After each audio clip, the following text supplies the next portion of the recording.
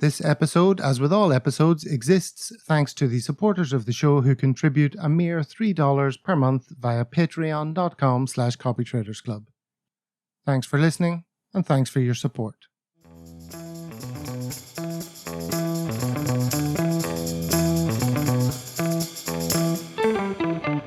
Copytraders Club, where you can learn how to make better decisions and more money copy trading. I'm Gavin McCauley, my name and username on eToro. Today, we talk to a young and enthusiastic PI, so grab your popcorn for this unlikely blockbuster. Here we go.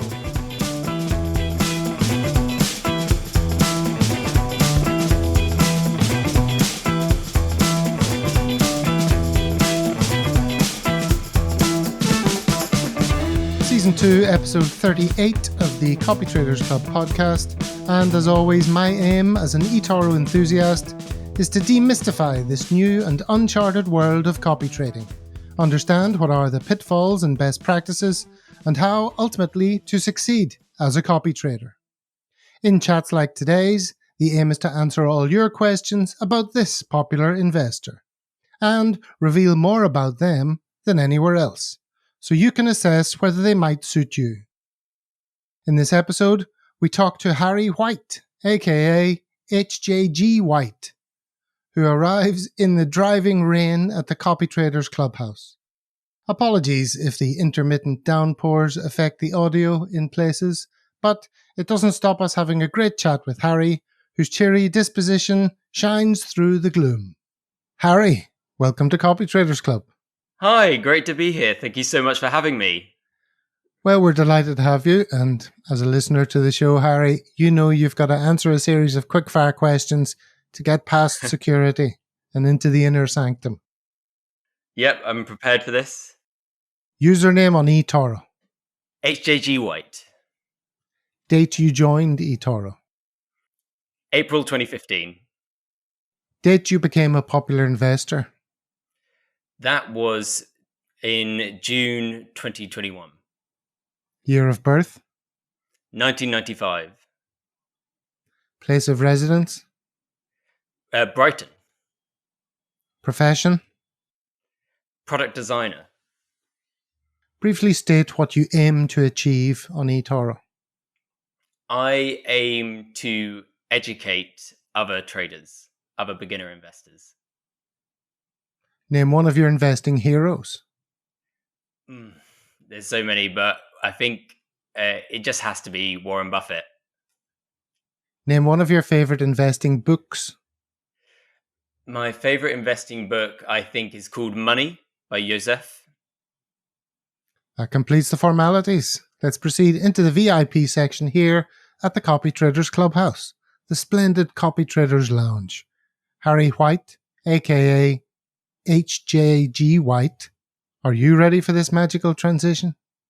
I'm excited, I'm nervous, I'm very ready to join everyone in the lovely, comfortable lounge.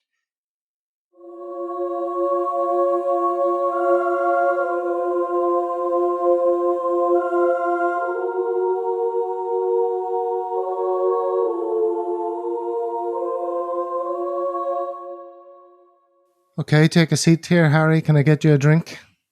Yes, please. I'll have a latte, please. A latte. Very nice. Not a flat white after your name?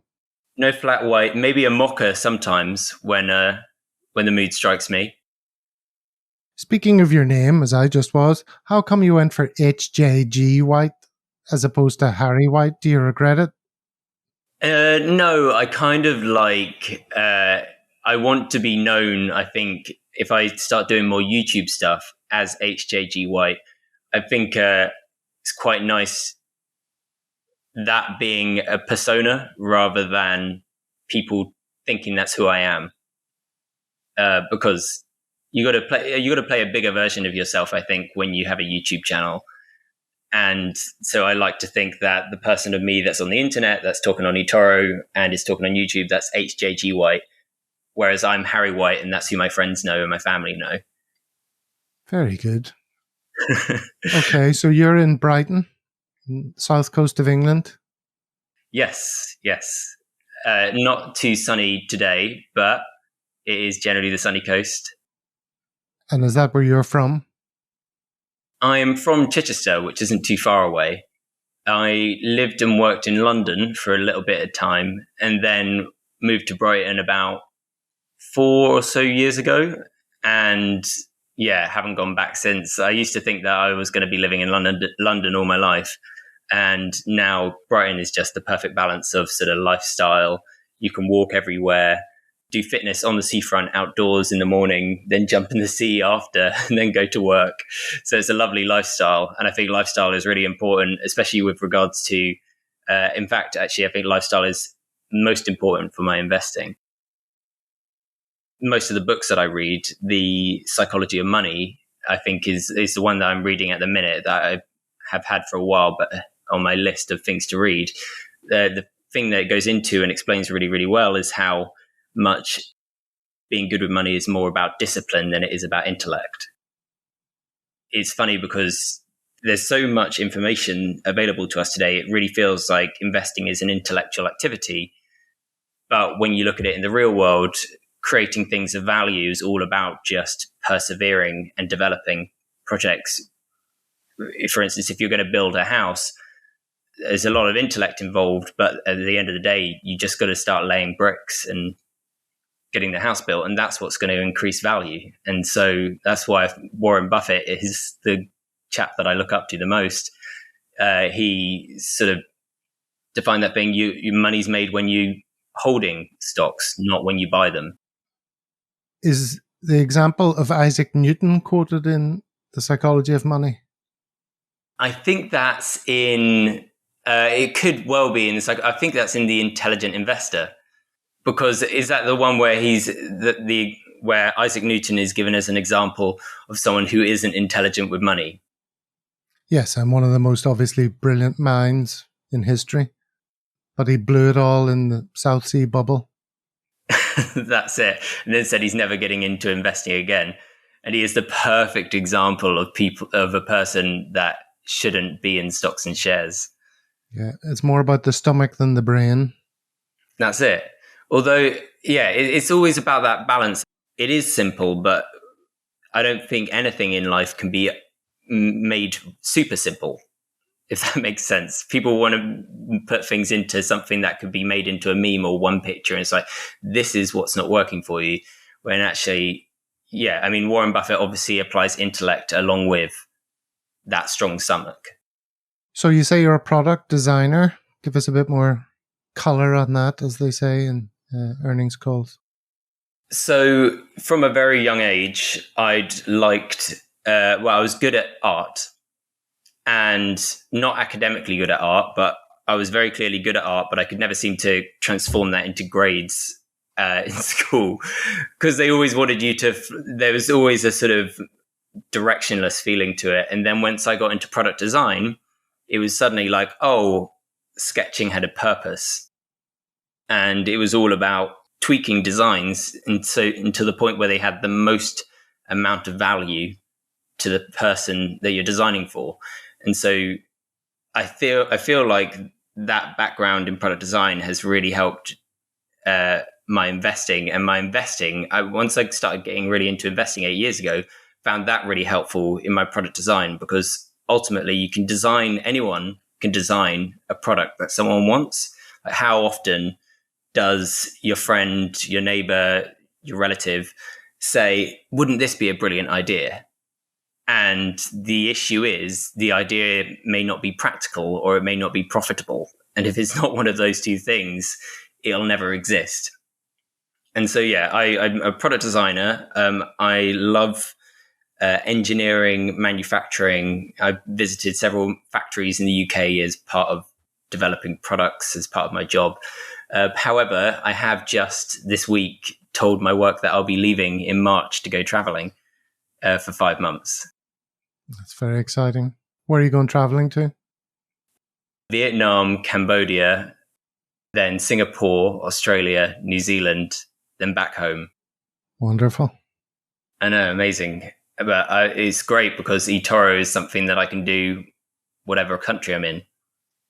I will always want to have something to do, something to work on. Okay. Let the listener now peer behind the curtain a little bit, Harry, when you tell us something you're really bad at. Ooh, okay. Something I'm really bad at. I think the thing that I want to be better at is talking about things that I don't know enough on. So sometimes I can talk with confidence on something that I haven't researched enough. And I'd prefer to be someone that when he has nothing to say, says nothing at all. But it's something that I am actively having to work on. But I have so much respect for people that only speak when they have something of value to say. What's the expression they use? Better to be silent and to be thought of a fool than to speak up and remove all doubt. That's a brilliant expression. Yeah, it's exactly that. And I have been guilty of being seen as, I like to admit that I'm wrong, so I think I can save myself by going, you know what, I don't know what I'm talking about here. You know more, and I am wrong. But I prefer to not let it get to that point. Sometimes I don't know why I feel the need to chime in on every debate. Sometimes. Okay. Yeah. I always like to talk about how I came across the PI. Mm-hmm. Yours is an interesting case because you reached out to me. Yes. I was looking at other YouTubers. I wanted to collaborate and learn from other people, and you were one of the first people that I already knew of, so I didn't have to go search for it. I knew that you were doing interviews with other popular investors and ones that I had met at the Popular Investors Summit. What's fascinating about eToro is a lot of beginner investors, and this is true on all platforms. There's statistics on how people that start investing do very badly. Retail investors, a crazy amount of them, lose money. However, that is part of the process of getting to the point where you earn money. Like, it is very natural to lose money at the early stages of being a retail investor.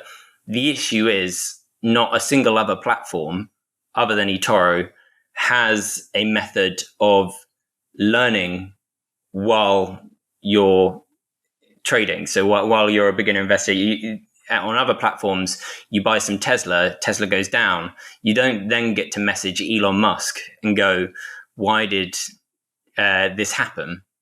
And get a good answer.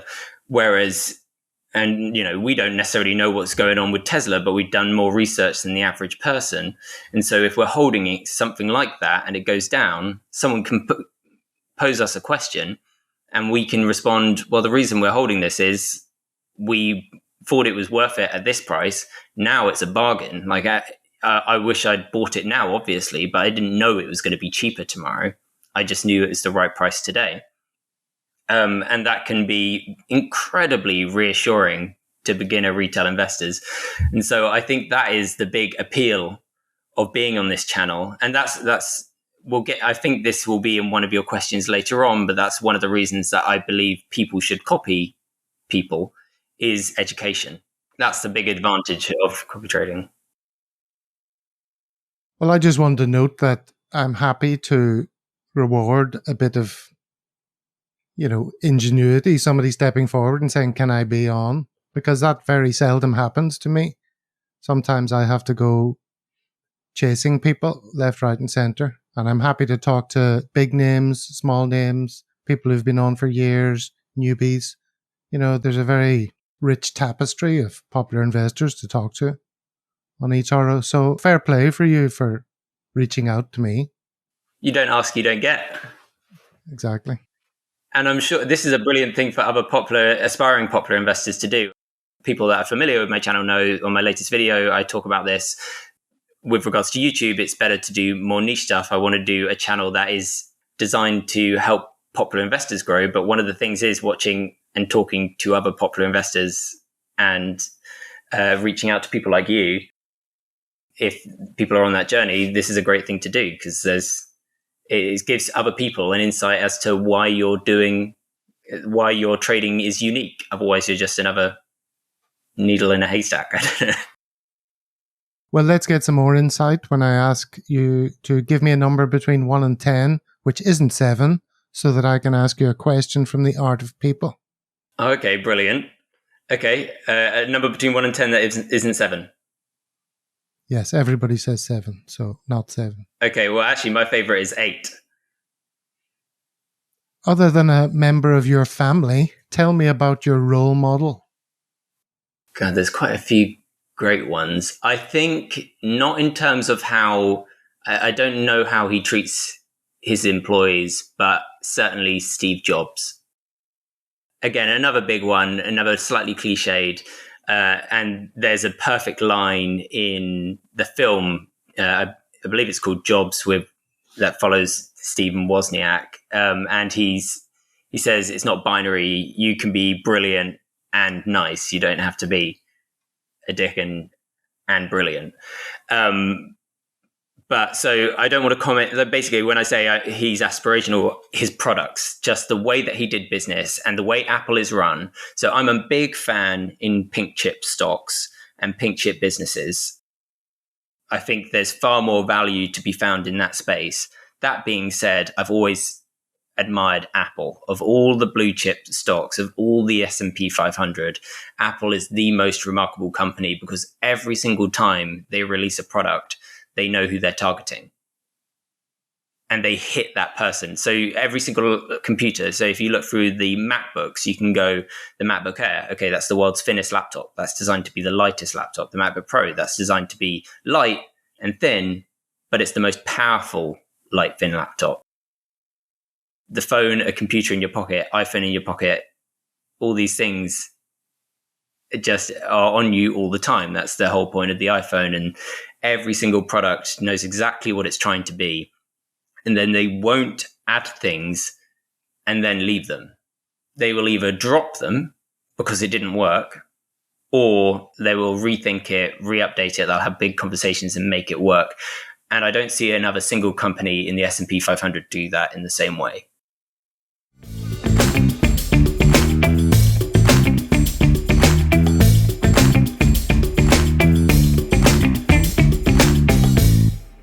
Harry, let's turn our attention to your profile on eToro. If I could get you to read a little bit from your bio. Yep. It's quite long and there's a lot of prose. Perhaps just the last paragraph, and then we can discuss that. Benjamin Graham was laser focused on value, cash flow, and price, and his thinking revolutionized investing. But Buffett took this and added to it when he noticed when a business could retain its earnings and increase its return on invested capital, its compounding value would be a force of nature. So your bio and your pinned post, which includes a lot of the same information, they're very much painting the picture of someone steeped in the world of value investing. Mm-hmm. Before we get into all that stuff, I want to ask, your bio on eToro is your chance to introduce yourself and tell a bit about your life story. And, it's your bio. The word bio means life. Is there a reason you don't treat it in this way? I guess at the time when I was imagining what someone would want to read when they went to my bio, and I can see someone wanting to understand a bit about who I am, but that's more, I feel, someone that's already been copying me for a while would be interested in knowing who I am. Whereas the majority of people that are visiting my page and visiting my bio, they're thinking, do I want to invest in this person? And I wanted to let them know what philosophy you'd be investing in. I suppose my point is, when I look at your bio, it says about HJGWhite, and then there's nothing really about HJGWhite. It's all about Buffett and Einstein and Benjamin Graham. This is true. You know what? I think it might be worth me putting in a bit more about who I am and my personality as well. Especially because, as you say, your pinned post is largely repeating the same message. I think there would be ways of talking about how I'm a product designer and how that's influenced my investing. And I just would want it to tie in with how it works with me investing, how it ties in with my strategy as well, not just about my personality. Sure, but perhaps a few bullet points of data. For example, that you've been on eToro for 8 years, because you have to dig a little deeper to see that. And that was quite surprising to me because you're such a young, fresh-faced looking fella. I was quite surprised to see 8 years of history. Yeah. When I was 19, my brother was doing it and then jumped on and it looked a bit different back then. Well, let's go through your results from that time then. As you say, you started in April of 2015. Yep, that's correct. The stat for that year is approximately -5. 2016, 31. 2017, a mere 535%. 2018, crashed back to earth with -74%. 2019, almost 11%. 2020, 98%. 2021, 64.5%. And then so far in this annus horribilis of 2022, -34%. A bumpy ride. Talk us through some of those results. So the first year, the first things I started buying were oil and gold. And actually, back then, I did manage to get somewhere around that sort of between that -5 year and that 534% year. Or actually, it's between that -5 and that 31% year. I actually did get a couple copiers. And then, but it was possibly the worst time to have them because I wasn't really understanding what I was doing. And it's only looking back at it now, I was learning about, for the first time, that the pound, this thing that I'd taken for granted, was something that depreciates. And it was just like I was buying gold, and I don't know why I knew this, but basically I looked at the chart. I didn't know technicals, but I could see the chart and I go, wait a minute. So even if I'm wrong and I buy at the wrong time, all I have to do is wait long enough and I can break even. But there's a really good chance that it's going to go up. So I was just sort of going like, why is that? And then a friend that knew a bit more than me at the time said, well, yeah, that's because it's actually, you got to flip it. It's not it's not gold is going up.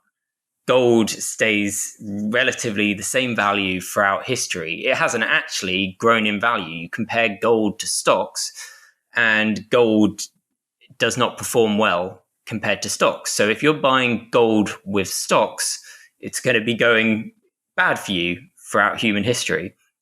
And it was just this sort of the first year to 2 years was me really realizing that the pound was something that I shouldn't be invested in. And you certainly know that now. Oh, big time. Yeah. But I mean, that lesson is something that has taken 8 years for me to get used to. And lots of people around are going, oh, well, isn't crypto going down and stuff like that? Because obviously that's the thing that I'm saying is doing really good. And like, well, I never said that it was a straight line. And I also never have told any of my friends that they should buy crypto. I say it's the future, but I say don't buy it. I don't know which coin to tell you which to get. I've got coins that I like for various reasons, for various technical reasons, but I've never gone into the code. And it's a bit like, I would say it's a bit like, I can tell an iPhone is better than a Samsung phone, but I don't know how either of them work. And the issue is you can see that iPhones and Samsungs really exist in the world and in our day-to-day lives. So you can see one working versus the other. Now, I can understand the practical applications of various cryptocurrencies, but I need to see them happening in the real world for me to feel comfortable adding more money to them or telling anyone else that they should invest in them. Okay, we'll talk about crypto a little bit more. Let's just run through these stats for now. Sorry, the 500% year, that was cryptos skyrocketing and then crashing. But I'm more interested in the period after that because, you know, you have to make allowances for what people were doing in the early years. And if people were in crypto back then, you know, in my mind, I sort of gray out all those stats, you know, and I look at 2019 and onwards. And you've had 3 positive years.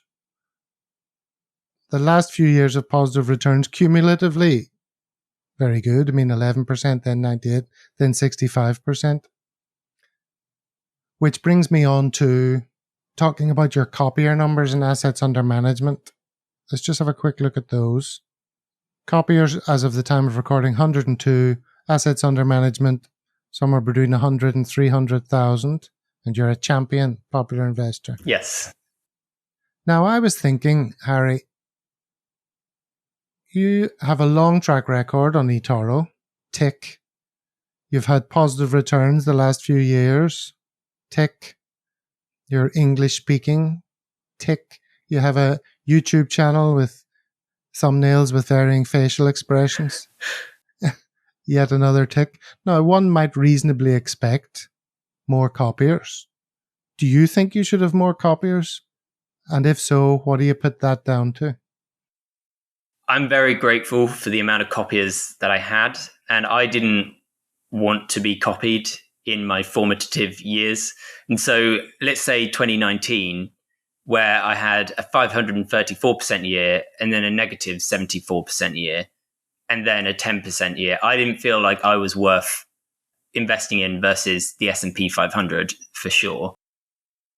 With the 98 year, I was still like, I want to know that this isn't a fluke, that I have some secret sauce. It's very easy to just be right in that period where the market is working for you. So I know people that trade euro US dollar and they think they're geniuses because they think that they're buying on the ups and then they do little sells as the dips happen. But actually, that strategy will never work when the trend line changes. I wanted to be sure that I had a strategy that worked when the trend line changes and I wasn't just riding some line. And so basically, I've got 102 copiers. My peak was a bit higher, but I've been quite impressed with how few have left during the recession. It's quite natural to have a few people pull out. I know that because I've got retail investors copying me, and it's quite natural for them to buy high and sell low. And realistically, this is the best time to copy anyone or to get into the markets in general. But you just know that's not the way most people think. But that's what I think the goal of eToro is, to change how everyone thinks. But yeah, so I wasn't at all focused on trying to get copiers in 2019 or 2020. And it was only when I started, I mean, it quickly changed for me. You can see when it happened very quickly. That was after about a month of me going, okay, actually, I'm going to tweak my account slightly to try and make myself more appealing to other people now that I feel as though I have a strategy. And that's one of the things that's one of the reasons I'd like to do it, how to become a popular investor on eToro focused channel, because I think it's all about finding your strategy. It's not, there are little basic ways that you can make yourself more appealing. So there will be technical information, but I think it's all about, you don't want to be copied if you're not good at making people's portfolios grow. So there's a meteoric rise on your graph, which looks like it should be the Discover page. It's not?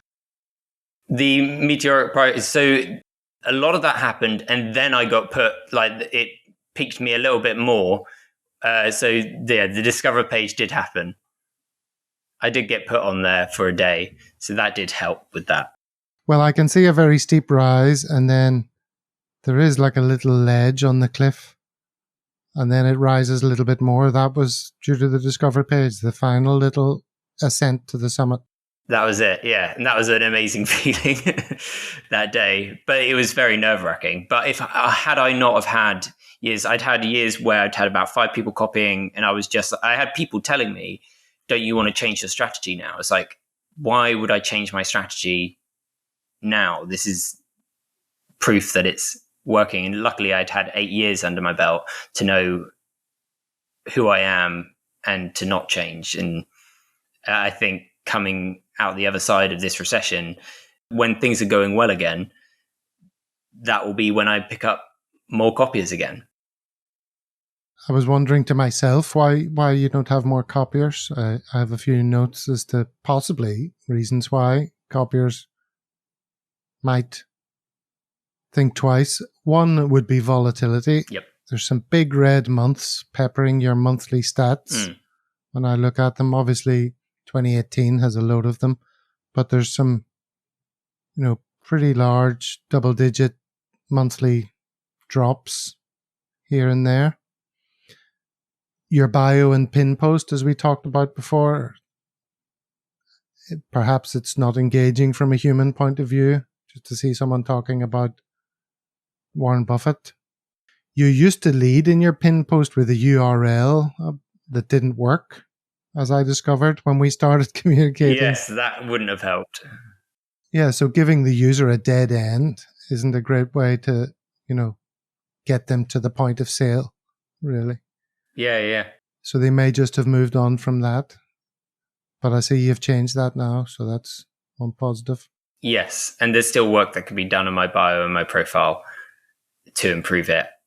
Definitely.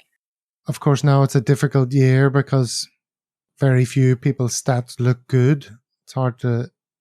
Very few PIs look appealing to copiers right now, rightly or wrongly. As you say, this is a great time to start copying, and in some ways, the best person to copy is someone who's drowning in a sea of red, possibly.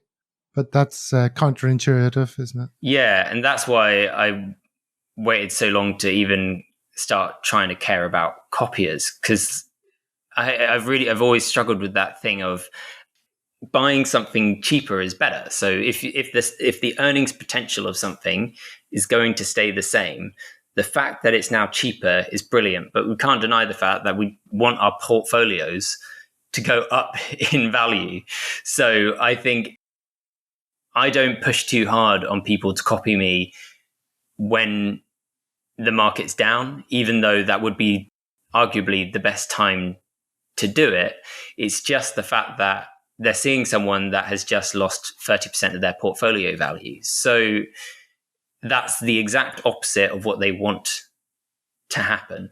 One thing I would love a feature for eToro to add is dollar cost averaging. Into copies? Into copies, yeah. I think that would be absolutely brilliant. Because then I would feel more comfortable saying, look, don't put the whole what you're comfortable with on me straight away, but this is the best time to start getting involved. So maybe just stagger some payments over a longer period of time, and at least you'll be getting a little bit in at the bottom. Yeah, I'm sure they will do that so that you can set it up so you're copying 6 people. You allocate the amount you want to contribute each month or quarter or whatever. It'd be brilliant for eToro as well, for having more capital just gradually added to the platform. It's probably just a very challenging thing to work in. It's that thing of, yeah, you want things to go down in value, but at the same time, you're buying them because you're hoping they go up in value. It's a tough thing to sort of explain to people. And then with the risk, I think is possibly the least appealing thing of my profile. But I don't know how to buy things that aren't risky to some degree. If I see something that is valuable, then I will buy it. And the biggest and most terrifying example in my portfolio right now is Cineworld, and that I think is probably going to be a barrier to me getting copiers right now. But it's in my strategy. It's something I've done an unbelievable amount of research on. And if it pays off... Well, don't go too deep into Cineworld just now. Obviously, that's going to come up later when we talk about positions of interest. For now, let's just focus on risk for a second, because I'm looking at your risk score. 12 months ago, it was green, and then it became yellow and orange, and now deep orange. You've sort of scaled up from an average risk of 4, max of 5 a year ago to average 7, max 7 currently. And what I wanted to ask was if we can compare the risk scores to your monthly stats. When I mentioned your monthly stats, there's lots of volatility throughout your record. historically, have you always been sort of mid to high risk score? Yeah, I had to I had to work on bringing it down in order to get copiers. And one of the reasons I came so well out of that 70% year into 2021 is because I just had a lot of faith in the things that I was buying that were going down, in my mind, were getting more affordable. But it's a little way in which I don't know if eToro's risk score system is, I don't know if there's more data that they could add to it to make it more useful, but everything that I've bought has become better value to me. But that means I have had to invest more money in things that are dropping quickly in price. And if they're dropping, they add to the risk score? Yeah, but to me, it's getting less risky. Everything that I'm buying is getting more affordable. So I think the risk score system is a little bit broken in that regard. I don't think you're alone in that thought. Especially right now, everyone must look really risky. Everyone must look like gamblers. They're buying stuff that's going down in price. Trades per week and average holding time. Trades per week, a little under 3, and average holding time, 21.5 months. Those are stats that look like those of a value investor on eToro. Mm-hmm. Yes. I mean, they're only going to get longer as well, I feel. The longer I'm on the platform, the longer I have conviction on the trades that I have. To some degree, I'm incentivized to close trades and reopen them. I do that when I feel like it will benefit the copiers and the way that the system works. But generally, I think that's another thing that would be nice to have fixed. Warren Buffett, the person I look up to, he buys everything as if he can't sell it for 5 years. And that's a little bit how I look at it. I see Greg's, for example, which I think is a brilliant business, and I'm thinking of closing positions. I'm trying to work out which positions I'd want to close because I like all my positions to put into Greg's. And it's kind of what I tend to do. This is what I think my YouTube channel will become about, is basically pinning 2 positions in my portfolio against each other and going, which one's best? And sort of by the end of the video going, I'm going to commit entirely to one of these positions. And I think that'll be really useful to people because you get to see how different stats manifest in money. But really, Greg's are about to build, say, 200 new shops. Let's get into Greg's later. Yeah, but I don't want to talk about position. But what I mean is the length of time on my positions that you see there, there's no time frame I'm holding it. I'm holding until they build the infrastructure. So, I mean, it's a recurring theme on the podcast is that there's investing as an investor and then there's being a popular investor. And they're not always the same thing. And particularly for a value investor, you have to make certain compromises and adjustments and all the rest for the good of copiers, for the good of things like your risk score. You can't just buy things and stick them under your bed for 20 years. Really. Yeah. But you just mentioned your YouTube channel. Let's quickly talk about that. Yes, so you have a YouTube channel and the name is... Money Talks by HJGWhite. Of course. Which I will link to in the show notes. Flipping hell, this rain's going to annoy me when I have to remove background noise. Let me describe your YouTube channel content. The videos are mostly reactions to market news.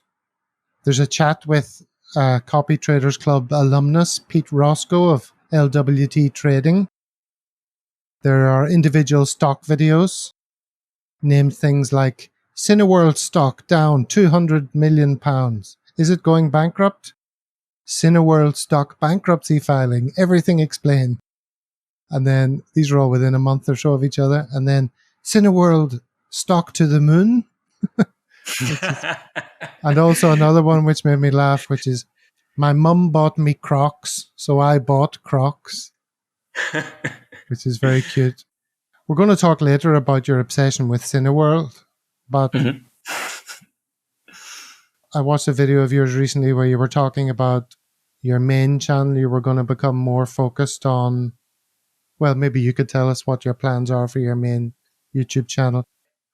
My main YouTube channel, the goal, it will always be slightly trying new things, but I want to make it, whenever I've developed a new niche like Cineworld, which I just feel is something that is niche, and I want to give that its own channel. And if it feels like it's got a very specific audience, I want to give that audience one place to go to. It's mostly to test the power of having a niche on a channel. I want to see the effects that will have on subscriber growth, because I've noticed as my Cineworld videos have gone up in popularity, I get more viewers in faster timeframes every week.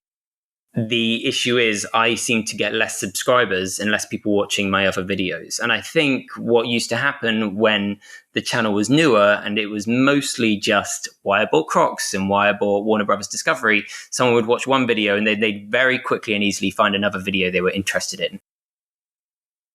Now they click on that video and they go to the channel page, and what they might accidentally end up clicking in is a 40-minute passion video on Cineworld that is just not as trim and cut together as the video they were just watching. So if someone's coming to watch one video and they go to the channel, I want all the videos on that channel to appeal to that person if they enjoyed that video.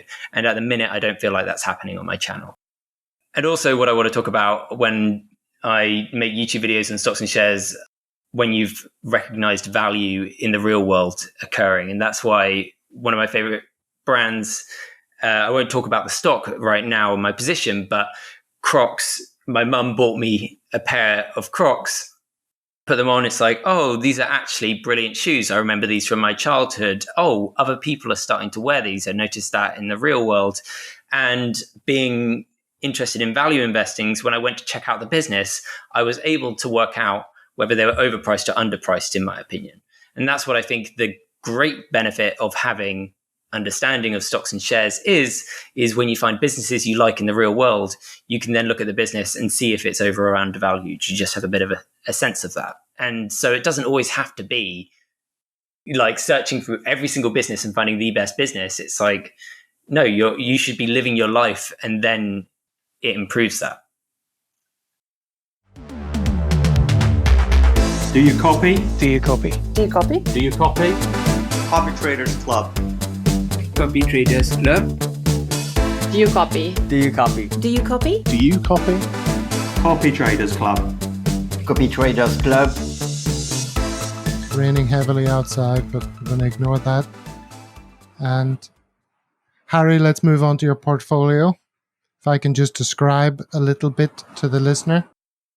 Asset class allocation, stocks 76% approximately, crypto 24%, and a small cash position currently of less than 0.5%.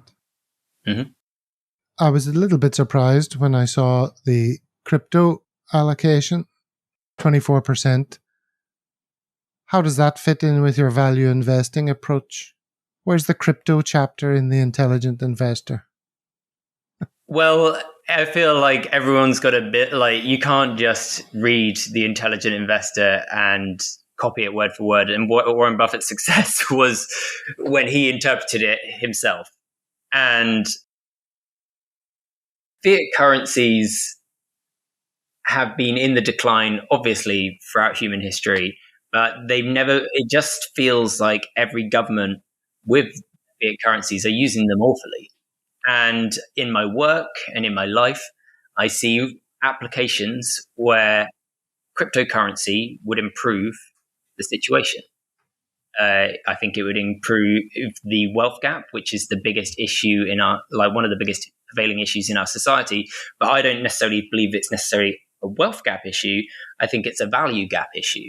I think people that are providing very little value necessarily, but they have a lot of assets, are acquiring tons of wealth, whereas people offer great value to society don't get that same value, but that's because the currency system is broken.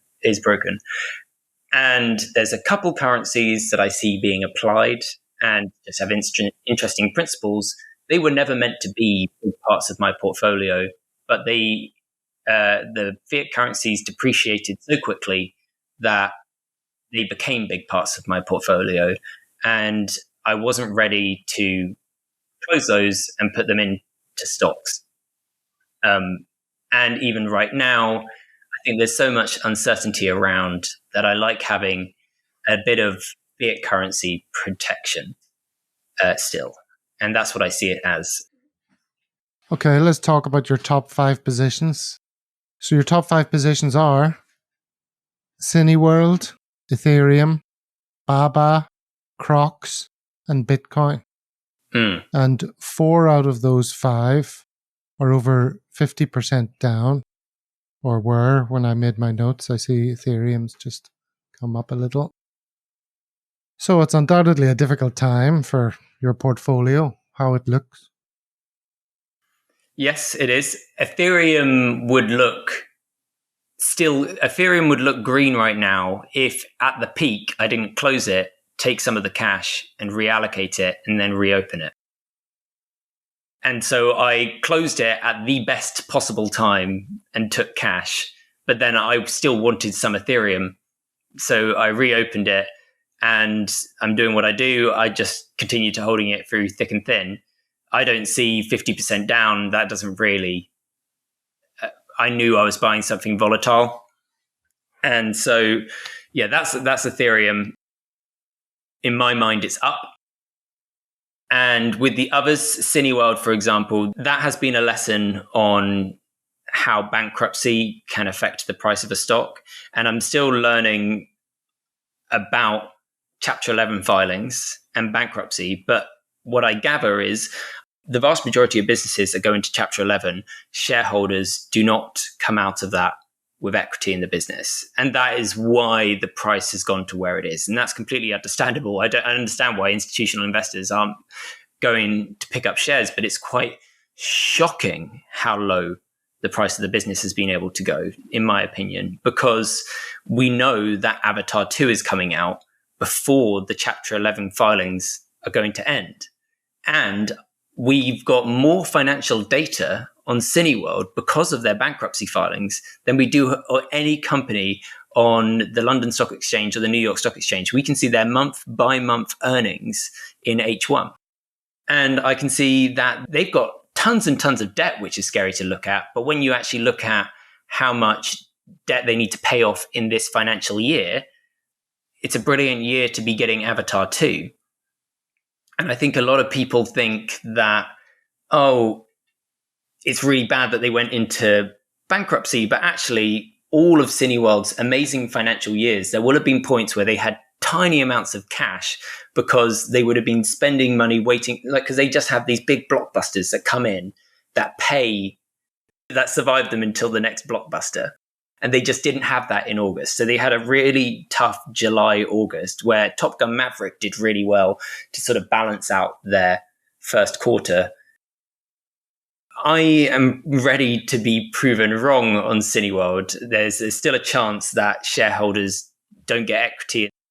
This adds to that logic that if a company files for Chapter 11, it's basically dead. But most companies that file for Chapter 11 aren't about to make a ton of money. Cineworld are. So I'm incredibly interested to know what happens after Cineworld make an absolute ton of money. And we've got Black Adam that's doing incredibly well. We've got Avatar 2 on the way, which is set to be the highest grossing film of all time. And Black Panther 2, which was the highest grossing film of all time in America, Black Panther 1, is the sequel of that. After the lead actor has died tragically, I think there's going to be an enormous audience turnout for the film. So I think looking at it now, obviously you don't get this level of hindsight. I possibly wouldn't have allocated that amount of capital today. I certainly would still be invested in it, but I wouldn't have put that amount of capital in today. But I have to look at how much capital I have invested now that I would be comfortable putting in, because it's gone down so much. That's how much cash I have invested in Cineworld now. So I'm comfortable with the amount of cash that I've got invested in Cineworld. Ultimately, the growth of my portfolio has been because I take on things that have risk. And so until Cineworld is worth zero, I don't know if it's paid off or not yet. Yeah. Now, several times in this conversation, I've tried to stop you talking about Cineworld, but I realize that that's a forlorn hope. So we're into it now. I was going to introduce it by saying I often do a segment where I present the bear case on a stock to hear the PI's counter argument. But I'm not sure that's particularly useful in Cineworld's case. There's not much point shouting about a bear's approach when the victim is on the ground covered in bear bites and deep gushing claw marks. And then I was going to ask you, what's the latest on Cineworld and why are you so obsessed with it? And I think you've kind of answered, well, both of those questions. And to some extent, you're describing that it's in Chapter 11 bankruptcy. And also, you're obsessed with it because you're saying it's a unique situation. Most companies that find themselves in these situations, as you say, aren't about to have huge events where money comes pouring in. So that's very interesting. Just to point out to the listener, we're talking about the biggest position in your portfolio. It is 15.56% of your invested column. And one thing we've kind of skipped over is the question of desync of various positions, but maybe now is a good time to mention it, because in the value column, rather than being 15.5%, it's 4.64%. So that's what it represents to you today. But then to a would-be copier, it would be 15.5% because they get the invested column. Another reason possibly why you don't have more copiers. Yeah, it could be beneficial to close it all and reopen it and have it represent 5% of my portfolio. What is that? What were you talking about? When a new copier joins me, yeah, it will represent about 15% of their portfolio. Yes, well, that's the issue with desync. Well, we may as well talk about that now. We can come back to Cineworld, but there is quite a bit of desync. Or what in my portfolio? Yeah, because some things have gone up a lot and some things have gone down a lot. So the invested column and the value column are quite different. Mm-hmm. A copier who copies you today, assuming they copy with sufficient cash, would have 5 times less Ethereum to GBP than you do. They would have half as much Coinbase. They would have half as much British American Tobacco. And they would have 3 times your Cineworld position. Mm-hmm. Yeah. But that's, again, the issue, isn't it, with especially with value investors? You know, you want to buy and hold. Yeah, that was something that I fixed when I first started getting copiers, and I think I'll figure it out. But at the minute, I'm not going to implement it until I have a strategy. So this is how much desync I'll allow, and it has to be desunk for a certain amount of time. So I'm really using your phrase here now. It's a good one. And it makes a lot of sense to sort of adjust the portfolio, but unless you have a strategy for it, can really get out of control. And I don't want to be just losing a lot of money due to spreads.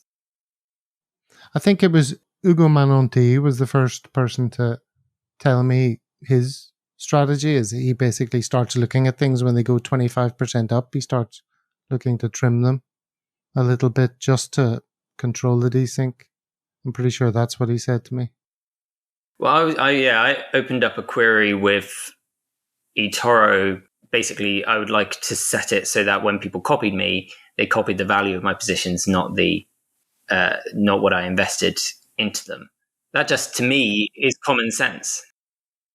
There is some talk that that's happening, but, you know, it takes a long time to turn the ship around sometimes.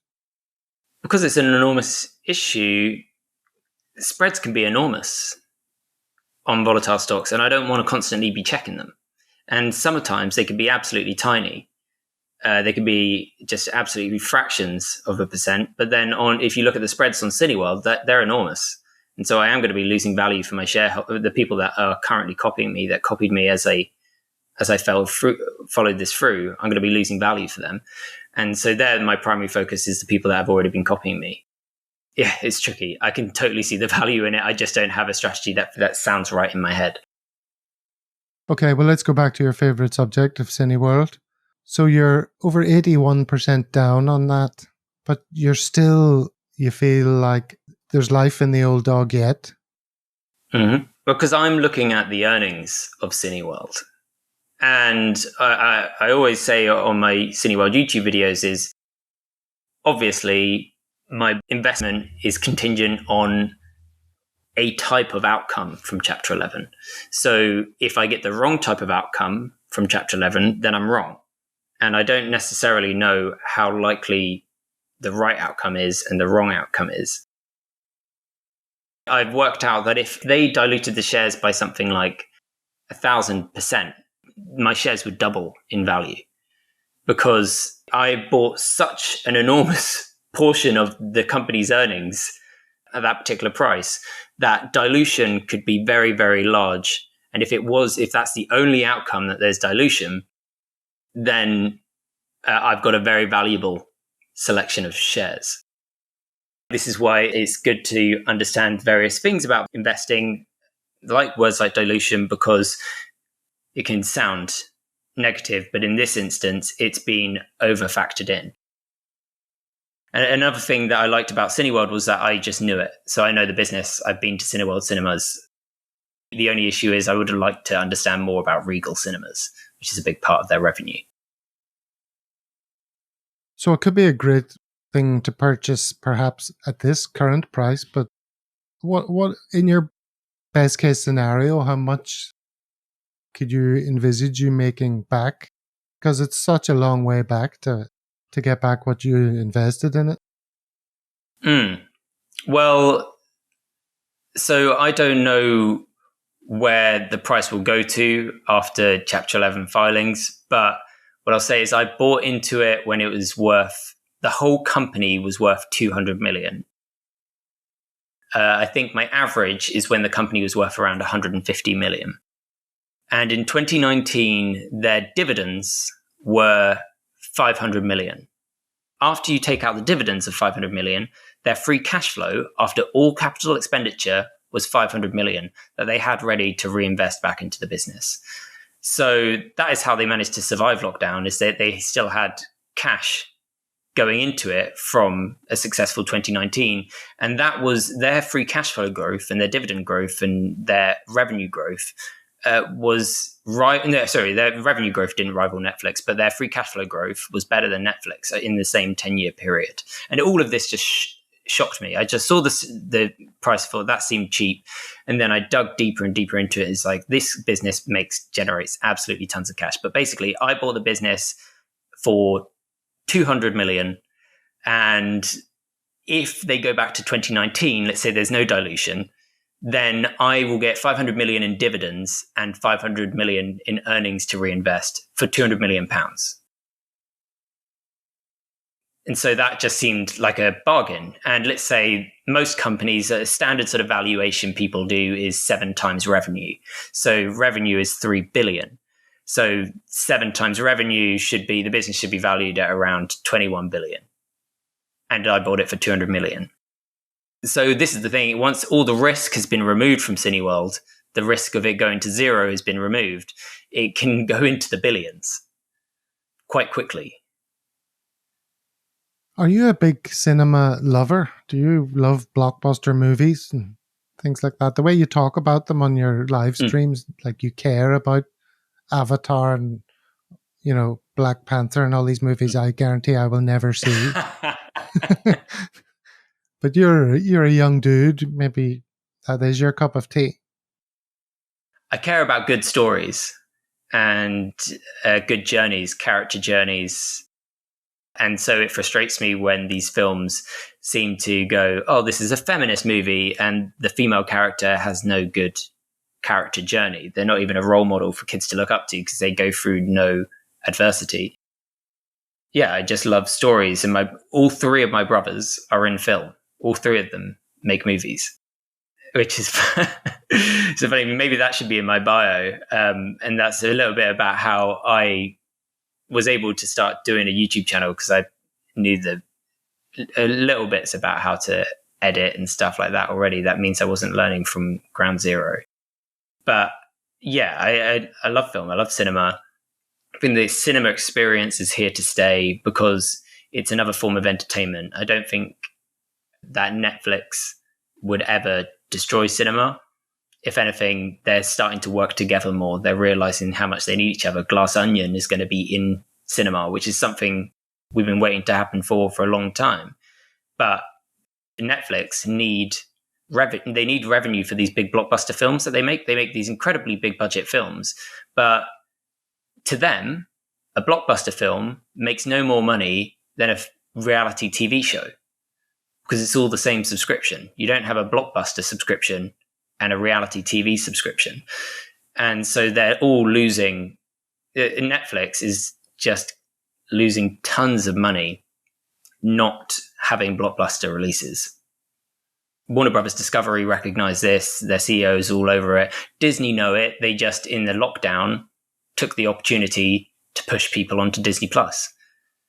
But they're going back to cinema now in full force. Okay, let's pivot away from the world of cinema for a while. Let's talk about other themes I see in your portfolio. J.D. Wetherspoons, British American Tobacco, and Greggs. So booze, smokes, and pies. And there was alcohol in there I guess there is booze in there still. Yeah, I used to have Budweiser and stuff like that. Yeah. So you're right behind the healthy British lifestyle. Yeah. So add to that people wearing Crocs when they go shopping in Tesco. Too bad it's not Walmart. It's a very classy picture you're painting there of the British people. Yeah. My dream day would be a bacon roll at Greggs, then go watch a film at the cinema, have popcorn and Coke, then off to Wetherspoons after to talk about it. Have a lovely big roast there or something like that.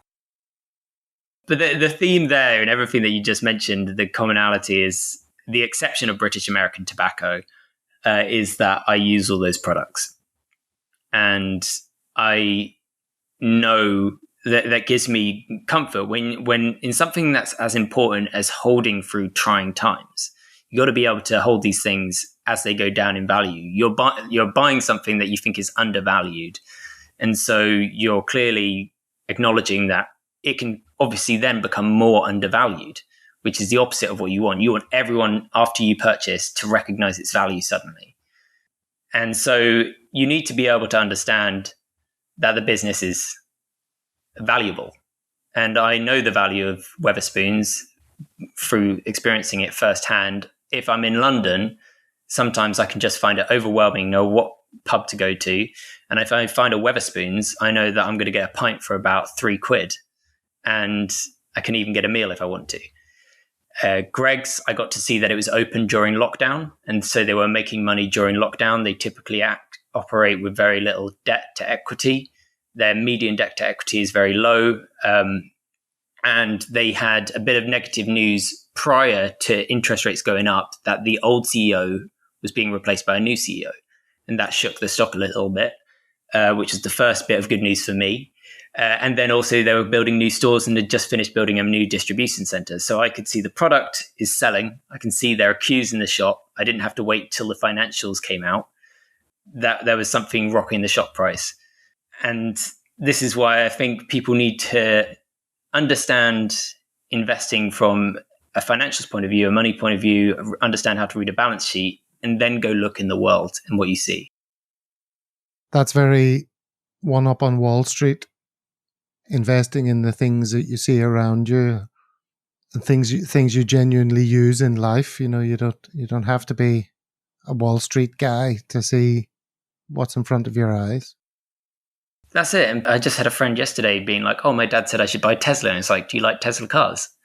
Do you like Elon Musk?" These are important questions because Tesla will at some point drop by half in value. And at that point, I would expect you to buy more and not sell out. And she didn't really know why her dad liked it and recommended it to her. The business had gone up. There's a few technical bits anyway. But yes, I think you have to like the business. Then you need to understand the financials. And actually liking the business is more important than financials. If you just went around buying things that you thought were and you saw were growing, I think you'd do better than if you could the best mathematician out there that was just looking at spreadsheets. Oh, that rain is so loud now. I don't want to ask a question. That's all right. You're a value investor. You disdain buy high, sell low. It leads me to ask, are you putting any more money in? Are you planning to add funds to bring down your cost basis on all these positions that you currently have? Been thinking about adding money into my eToro profile. I posted comments in the past, but not gotten very many from my copiers back. So I'd love to know more about what they think. But yes, I think about adding more to it. It does seem like a great time to do it. I've got other personal finances, and I add to those.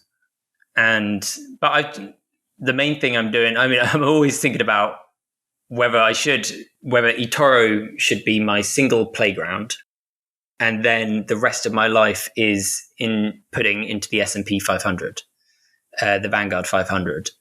And the reason for that is I've got aspirations on my YouTube channel and creating services, goods and services for other people.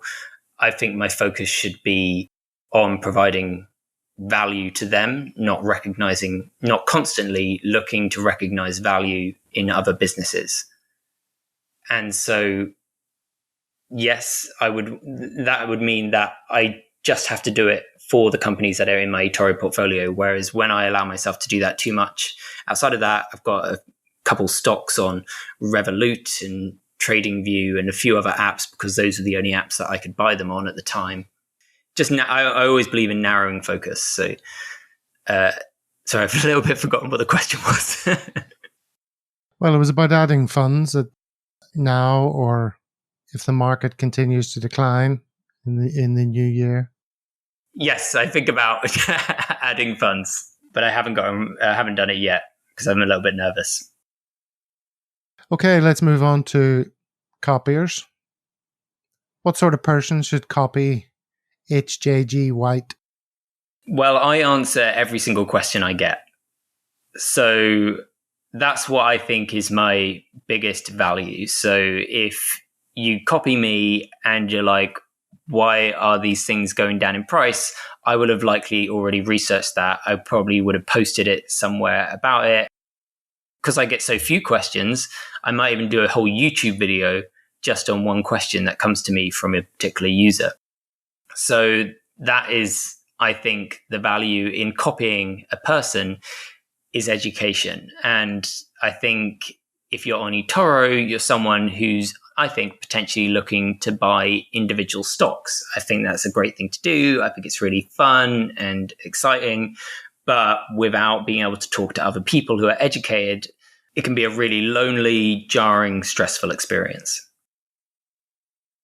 Okay, so the answer to the question about who should copy you is kind of people who are interested in learning more for themselves and having someone to bounce ideas off or to learn from through videos and eToro posts. Yes. And I mean, by all means, I'm going to, like the standard stuff as well, I will be growing the position, your portfolio. I'll be growing, your money will go up in value after copying me, but that's the value proposition that all copiers are putting out there. Although some people, I think, focus more on reducing risk, I don't. So you'll have exposure to risky things. It will be a bouncy ride, but you'll learn a lot. And if you hold on for long enough, there can be big rewards. Okay, so to make it very clear, what kind of person really shouldn't copy you? Someone that doesn't want to learn and just wants, if you are getting involved in stocks and shares just because you hate savings accounts, if you have a savings account and you've realized that the interest on it is lower than inflation year after year, and you're just looking to put it in something better than a savings account, Vanguard 500. Going onto eToro, buying individual stocks and putting money on me is like, I don't know, going from a bike to a Lamborghini. There's going to be accidents. So you could do it with a little bit of money, but it's too quick. Just if you don't like your savings account, just get an index fund, and that's brilliant. That's better than your savings account.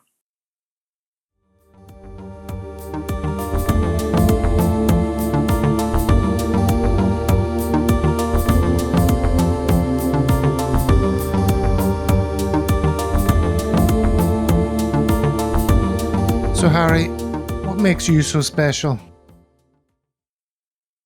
My answer would be I'm not. Quite often I just do I buy things I like and are well priced. Hopefully in time, if I'm successful in my ultimate mission, is that more people will also do the normal thing, which is buy things of tremendous value and tremendous growing value. I generally follow lessons from Warren Buffett. That's where my understanding of how to measure a company's finances come from. And then outside of that, I just apply Warren Buffett's investing strategy to the businesses that I understand. So Warren Buffett, he bought Coca-Cola because when he looked in a bin of bottle caps, he saw that lid more than any other. And then that led him to ultimately buy the business. And I try and do the same thing with what I see in my environment.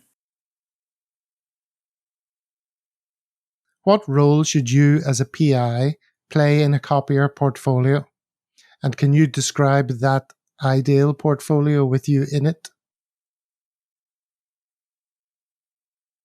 I think the role that I would play in someone would be a bit like where I was 8 years ago, and I'd come on to eToro and it was all very overwhelming. And just anticipate that it's going to take 5 years to to understand things adequately. Not to the point where you understand everything. No one ever understands everything.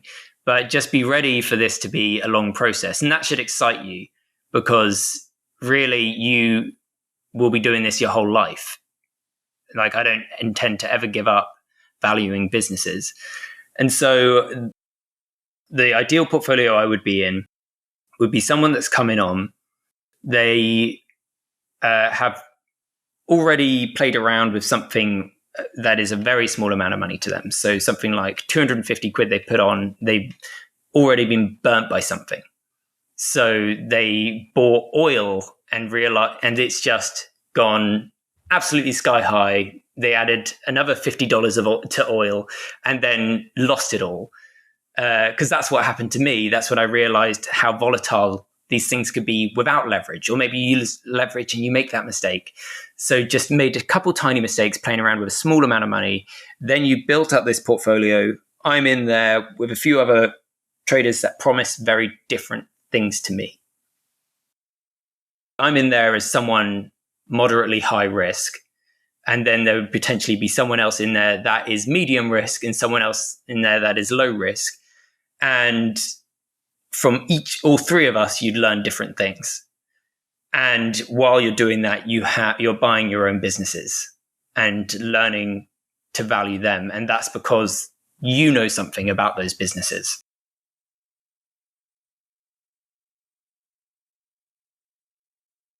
Let's talk about eToro then. You've already mentioned one change you'd like to see, that is copying the value column rather than the invested column. And you've also grumbled a little bit about the risk score. Not unreasonably, I would say. Are there any other changes you'd like to see on eToro come to mind?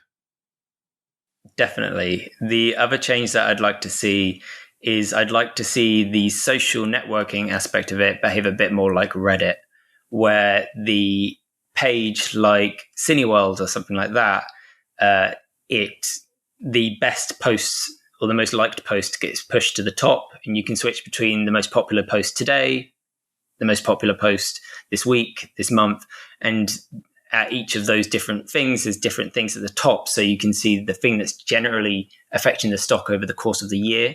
You can see what's generally affecting the stock over the course of that month, that week, and then that day. Right now, you just go to the page and it's just the most recent stuff. And then I like the fact that I can get my posts pinned at the top of pages. That's brilliant. But I almost feel like that's a bit too much of an advantage for me to have as a popular investor. I don't want to have an enormous advantage over new people on the platform. But what would be cool is if popular investors could sort of come together and moderate pages like Cineworld, for example. So I'm someone that's really invested in it, and I'm a popular investor. And so I wouldn't want to be the only moderator on that. If I was uncontested, maybe, but maybe I group together with other popular investors and we agree on how to moderate that page. So Reddit pages have moderators, which I think is also a brilliant thing. And then you'd have less spam on these pages. So on the Apple page, they can say, look, we don't allow for this sort of promotion, self-promotion. You have to be adding value to Apple because this is such a busy page. On Cineworld, more of that can be allowed. So yeah, I'd like to see it become more like Reddit's way of doing social media. That's interesting. I know you were at the PI meetup in London, and then you had to quickly jump on a train to get to Spain immediately.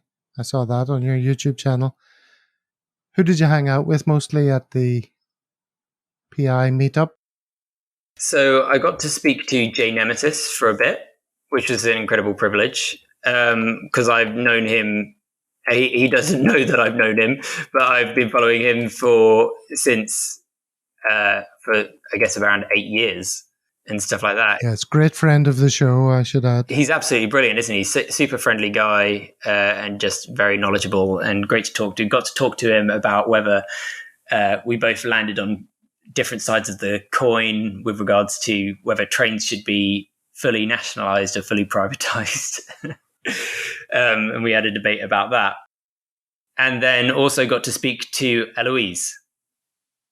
And I'd not seen her. That was a great thing about the Popular Investor Summit was she was an example of someone that I wouldn't have necessarily checked out her profile before, and then got to speak to her. She has a very interesting and unique investment strategy, which is, I find her fascinating because it's kind of worlds apart from where I am.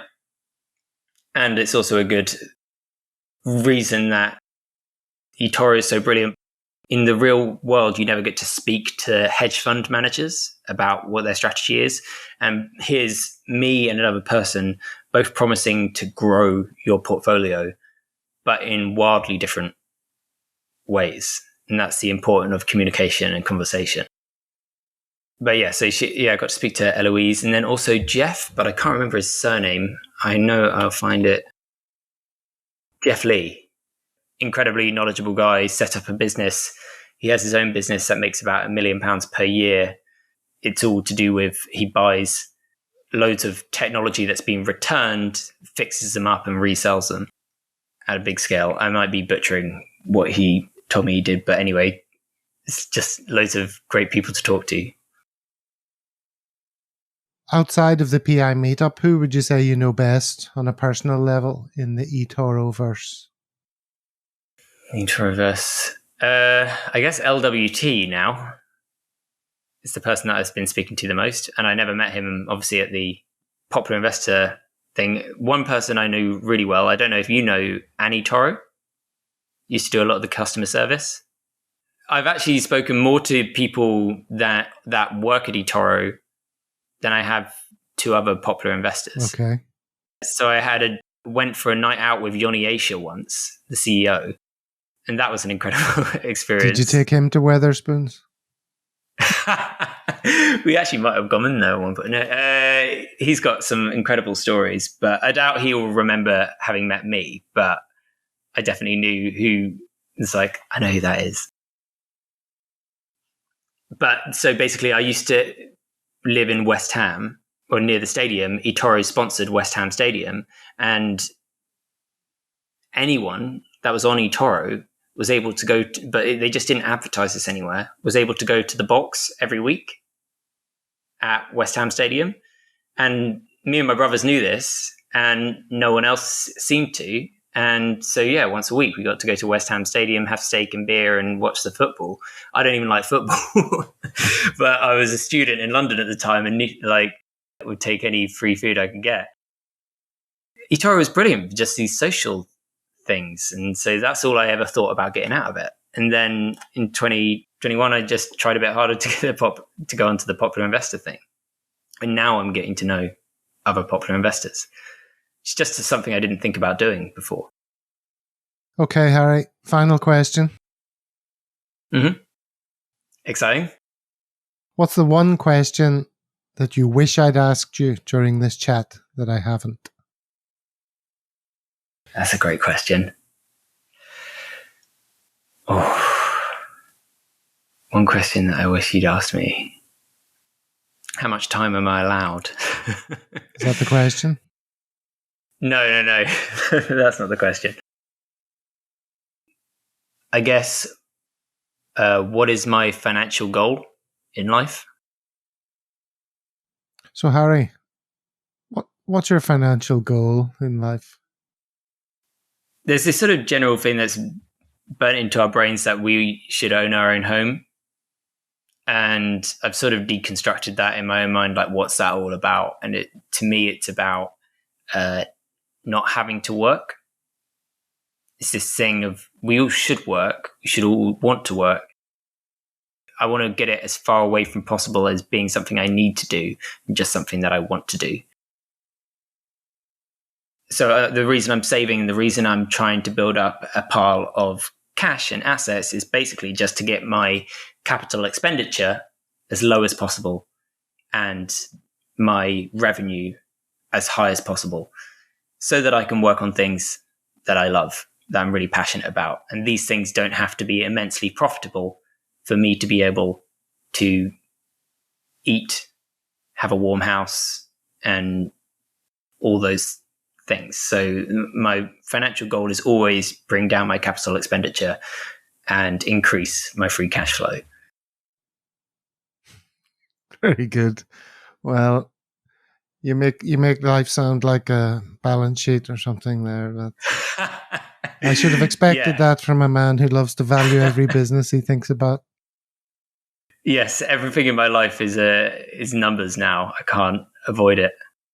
All right, Harry. Well, that sounds like a good place to leave it. It's been very entertaining to talk to you today. I look forward to seeing how Cineworld pans out and how your YouTube channel progresses and how you get on in the future. Thanks very much for dropping by Copytraders Clubhouse.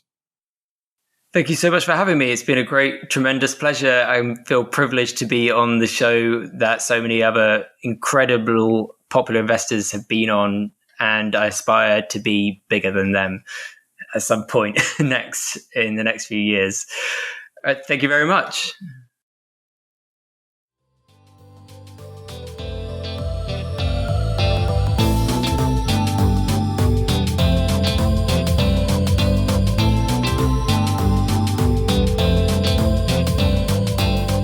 Great to chat to Harry and to hear his take on Cineworld, among others. Will this epic saga enjoy a happy ending? Or will the final curtain close on his hopes of a comeback performance? To be continued. That's all from me. See you on Discord and Facebook. Until next time we meet at Copytraders Club, I wish you many happy returns.